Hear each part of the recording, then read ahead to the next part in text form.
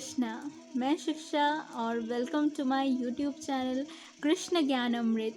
इस चैनल पे हम श्रीमद् भगवत गीता जी का अध्ययन करते हैं। हम लोग श्लोक्स और एक्सप्लेनेशन पढ़ते हैं।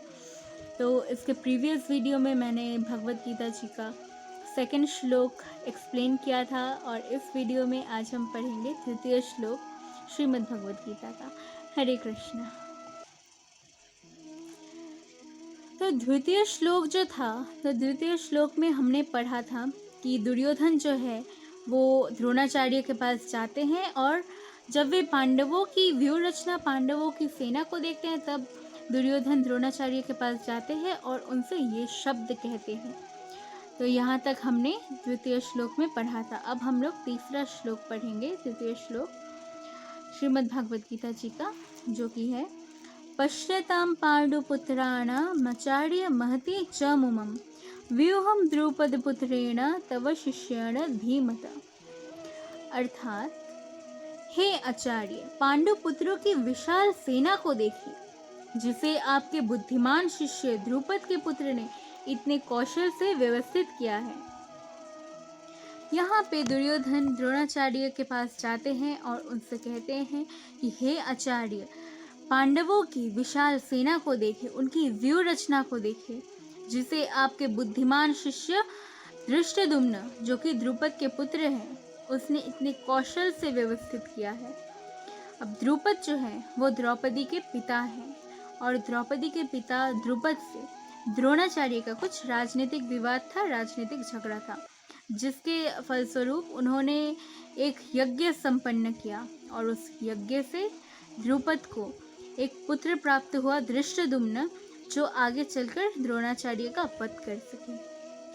और जब धृष्टद्युम्न को द्रोणाचार्य के पास युद्ध शिक्षा लेने के लिए भेजा गया, तब द्रोणाचार्य को यह पता था कि यह जो है धृष्टद्युम्न वो आगे चल के मेरा वध कर सकता है, लेकिन फिर भी द्रोणाचार्य ने उसे सभी युद्ध कला, युद्ध कौशल सिखा दिया।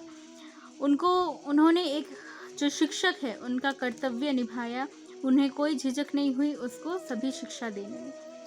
अब यहाँ पे तात्पर्य में है, परम राजनीतिज्ञ दुर्योधन महान ब्राह्मण सेनापति द्रोणाचार्य के दोषों को इंगित करना चाहता था। अब दुर्योधन जो है वह द्रोणाचार्य के दोषों को यहाँ पे इंगित करता है कि देखिए, आपने जिसे शिक्षित किया आज वही आपके विरुद्ध खड़ा है, उसी ने इतने कौशल से व्यूह रचना की है। अर्जुन की पत्नी द्रौपदी के पिता राजा द्रुपद के साथ द्रोणाचार्य का कुछ राजनीतिक झगड़ा था। अब अर्जुन की जो पत्नी थी द्रौपदी, उनके पिता द्रुपद और द्रुपद के साथ द्रोणाचार्य का कुछ राजनीतिक झगड़ा था। इस झगड़े के फलस्वरूप द्रुपद ने एक महान यज्ञ संपन्न किया, जिससे उसे एक ऐसा पुत्र प्राप्त होने का वरदान मिला जो द्रोणाचार्य का वध कर सके। अब इस यज्ञ से द्रुपद को एक ऐसा पुत्र प्राप्त होने का वरदान मिला जो आगे चल के द्रोणाचार्य का वध कर सके। द्रोणाचार्य इसे भली भांति जानता था, किंतु जब द्रुपद का पुत्र धृष्टद्युम्न युद्ध शिक्षा के लिए उसको सौंपा गया, तो द्रोणाचार्य को उसे अपनी सारे सैनिक रहस्य प्रदान करने में कोई झिझक नहीं हुई। द्रोणाचार्य को यह पता था, लेकिन फिर भी उन्होंने धृष्टद्युम्न को सभी युद्ध कलाएं सिखा दी। अब धृष्टद्युम्न कुरुक्षेत्र की युद्ध भूमि में पांडवों का पक्ष ले रहा था और उसने द्रोणाचार्य से जो कला सीखी, उसी के आधार पर उसने व्यूह रचना की थी। अब धृष्टद्युम्न जो थे वो अब इस युद्ध में पांडवों का पक्ष ले रहे थे और द्रोणाचार्य से उन्होंने जो शिक्षा ग्रहण की थी, उसी के आधार पे उन्होंने व्यूह रचना की थी। दुर्योधन ने द्रोणाचार्य की इस दुर्बलता की ओर इंगित किया। दुर्योधन जो है वो द्रोणाचार्य की इस दुर्बलता की ओर इंगित करते हैं, जिससे वह युद्ध में सहज रहे और समझौता ना करे। अब यहाँ पे दुर्योधन बोलते हैं कि यह आपकी दुर्बलता है, वो उसकी ओर इंगित करते हैं द्रोणाचार्य को और बोलते हैं कि इस प्रकार की जो दुर्बलता है आप युद्ध में नहीं दिखाइए और कोई भी समझौता मत कीजिए। इसके द्वारा वह द्रोणाचार्य को यह भी बताना चाह रहा था कि कहीं वह अपने प्रिय शिष्य पांडवों के प्रति युद्ध में उदारता न दिखा बैठे।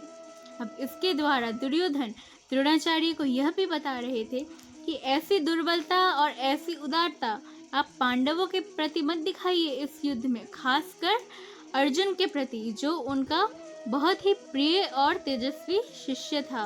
और खासकर अर्जुन के प्रति तो बिल्कुल मत दिखाइए, क्योंकि अर्जुन जो थे वह द्रोणाचार्य के अत्यंत प्रिय तेजस्वी शिष्य थे। दुर्योधन ने यह भी चेतावनी दी कि युद्ध में इस प्रकार की उदारता से हार हो सकती है। दुर्योधन ने द्रोणाचार्य को यह भी चेतावनी दी कि युद्ध में इस प्रकार की उदारता से हार हो सकती है। इसी के साथ हमारा प्रथम अध्याय का तृतीय श्लोक समाप्त होता है। अगर आपको ये वीडियो अच्छी लगी तो आप इसे लाइक कर देना, शेयर कर देना, सब्सक्राइब कर देना। इस चैनल पे ऐसी वीडियोस और भी आती रहेंगी। हरे कृष्णा।